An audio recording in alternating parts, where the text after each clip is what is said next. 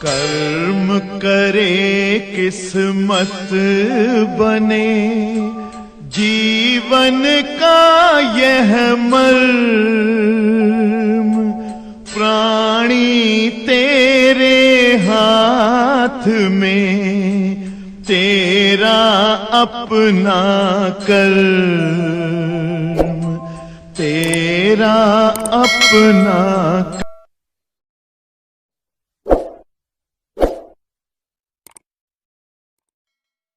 प्रत्यावर्ती धारा का औसत मान मोस्ट इंपॉर्टेंट टॉपिक है, ध्यान से देखिएगा।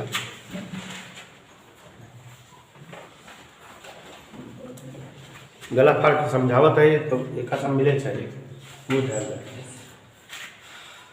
हम भी छुट्टी से आराम करते क्या मतलब है, लेकिन हम सोचे बच्चों का लाभ है। प्रत्यावर्ती धारा का औसत मान, प्यारे बच्चों, प्रत्यावर्ती धारा का औसत मान एग्जाम के दृष्टिकोण से बहुत महत्वपूर्ण है। एक क्वेश्चन ये है धारा का औसत मान और एक क्वेश्चन है धारा का वर्ग माध्य मूल मान।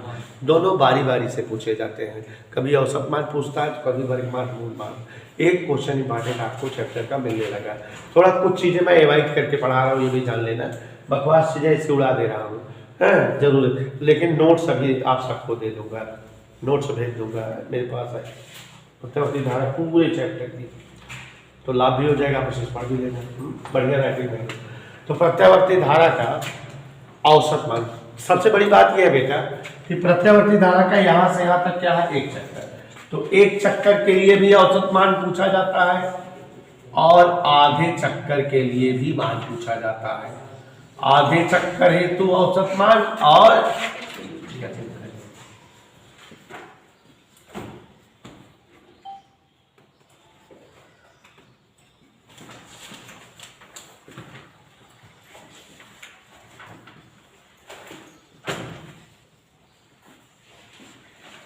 ठीक है बेटा, बोर्ड पर हमने बकायदा चार्ट बना दिया है। प्रत्यावर्ती धारा पूछा जरूर जाता है और मैथ है पूरा, जो बायो वाले बच्चे हैं पूरा एक एक अक्षर लिख लिख के कई बार घर पे प्रैक्टिस करके याद कर डालें। समझ में नहीं आएगा ये जान लीजिए, क्योंकि पूरा समाकलन है, इसमें तो थोड़ा आ जाएगा, इसके बाद वाला वर्ग माध्य मूल मान बिल्कुल नहीं पल्ले पड़ता है।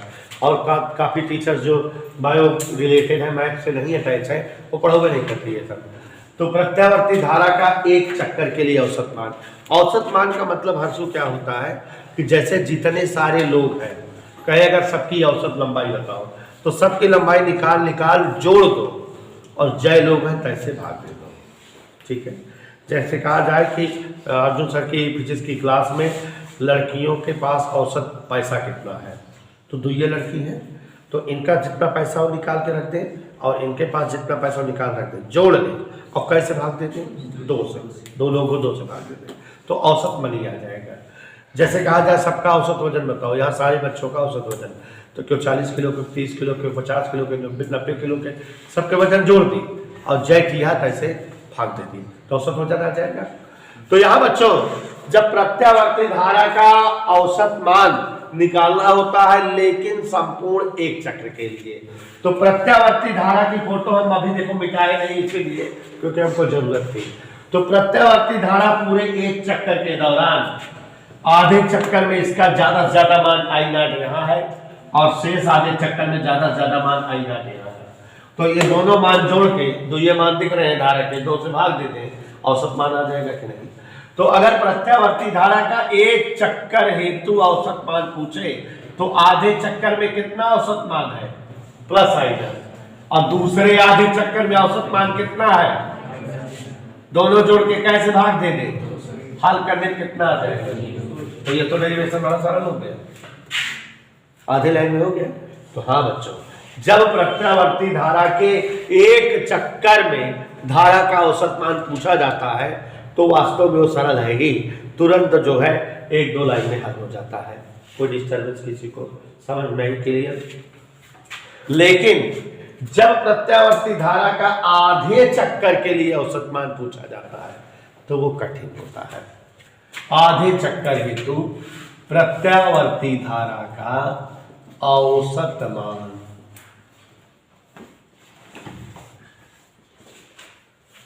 आधा चक्कर कहां से कहां तक है, ये पहला आधा चक्कर है, फर्स्ट आधा, पहला आधार यहां से यहां तक है, यहां पर धारा कुछ है, यहां पर धारा कुछ है, यहां पर धारा कुछ, यहां धारा कुछ, यहां धारा कुछ, यहां धारा, ऐसे ऐसे ऐसे ऐसे ऐसे ऐसे ऐसे धारा के ढेर सारे मान दिख रहे हैं कि नहीं?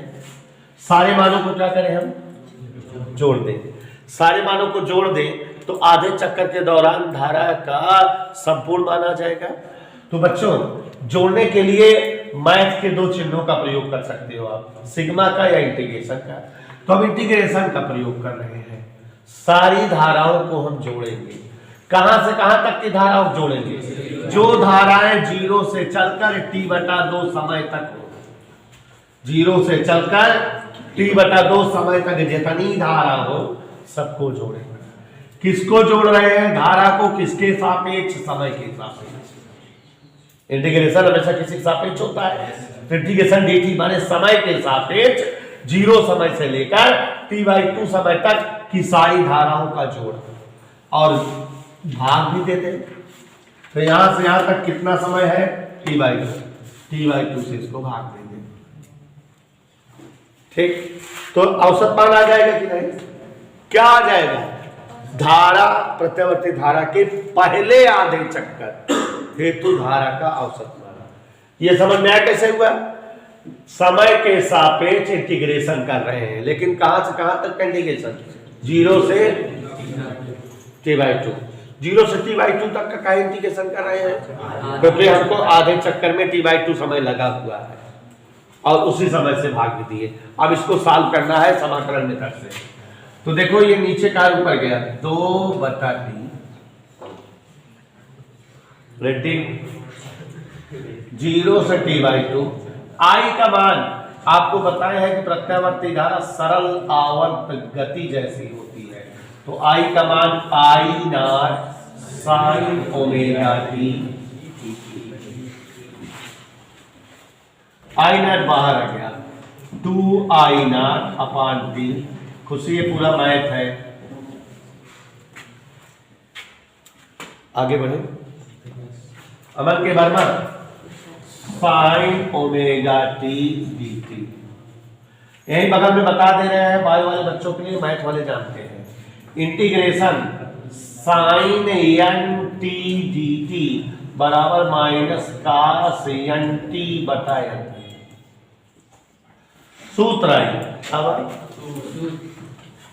ठीक है बिल्कुल। रजक मैथ देखे हमारा 2I0/t, एक समाकलन देखा sin nt क्या, तो ये माइनस cos ωt/ω। लिमिट कहां से कहां तक है? समझ में आता है? निहाल आगे बढ़ी। माइनस आगे कह देता ही, ओमेगा आगे कह देता ही, -2I0 ωt का बचे हैं cos ωt, लिमिट कोनो दिक्कत है? सो माइनस है बाहर, या ये दुनिया लाए 2I0/ωt, एक दाएं अपर लिमिट cos ωt/2, और एक बार लोअर लिमिट cos 0। कोनो दिक्कत? कौन दिक्कत? मजा आ रही है? आगे देखो, -2I0/ω, आवर्तकाल के पदों में 2π। सूत्र है ओमेगा बराबर 2π/t, कोड़ी चाल बराबर कोड़ी दूरी बटे समय। कोड़ी दूरी 2π, एक चक्कर में 2π दूरी, और समय t। बाकी की लिखा आगे अंदर वो cos ओमेगा जगह cos 0 मान,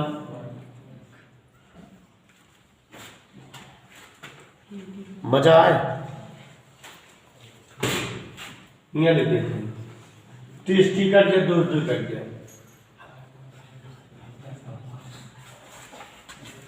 कोनो दिक्कत? लंबा है 2 कट गया, टी कट गया, कास पाइक मान -1 -2 कट गया, पाइक मान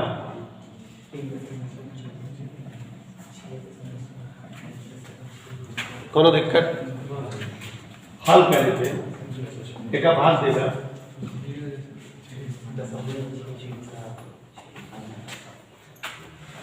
तो ये आंसर आ गया क्या, प्रत्यावर्ती धारा का पहले आधे चक्कर में औसत मान प्लस 0.637 आएगा। इसी प्रकार प्रत्यावर्ती धारा का दूसरे आधे चक्कर में औसत मान माइनस 0.637 आएगा। डेरिवेशन हो गया।